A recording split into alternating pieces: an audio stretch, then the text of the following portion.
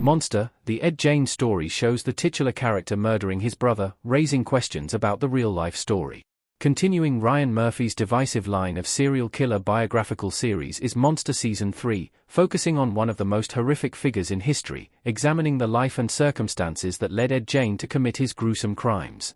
Ed Gein was a twisted man, and this is reflected in the details surrounding his real-life murder victims. With that said, there are also several crimes Ed Gein was suspected of being linked to, without confirmation.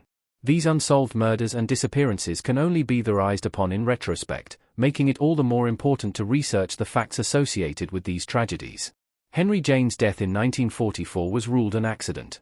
Henry Gein was Ed Gein's older brother, who was 43 years old at the time of his mysterious death in 1944. Here's what we know.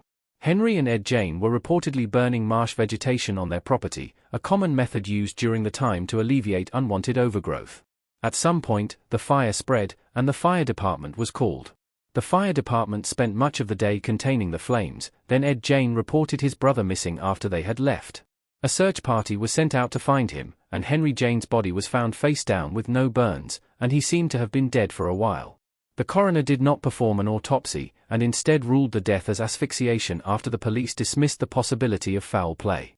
Asphyxiation commonly occurs during fires due to the inhalation of smoke, cutting off oxygen. Ed Gein wasn't suspected of involvement in Henry's death until decades later. Decades later, after Ed Gein was arrested and interviewed regarding his crimes, biographers began to speculate on his involvement in other incidents. In Deviant, writer Harold Schechter suggested Henry had bruises on his head, implying blunt impact. Reports also suggest that Henry expressed concern regarding Ed's relationship with their mother. The lack of an immediate autopsy and any further investigation makes it impossible to determine Henry's cause of death for certain. All we have is retrospective psychological assessment and pieces of information to theorize about.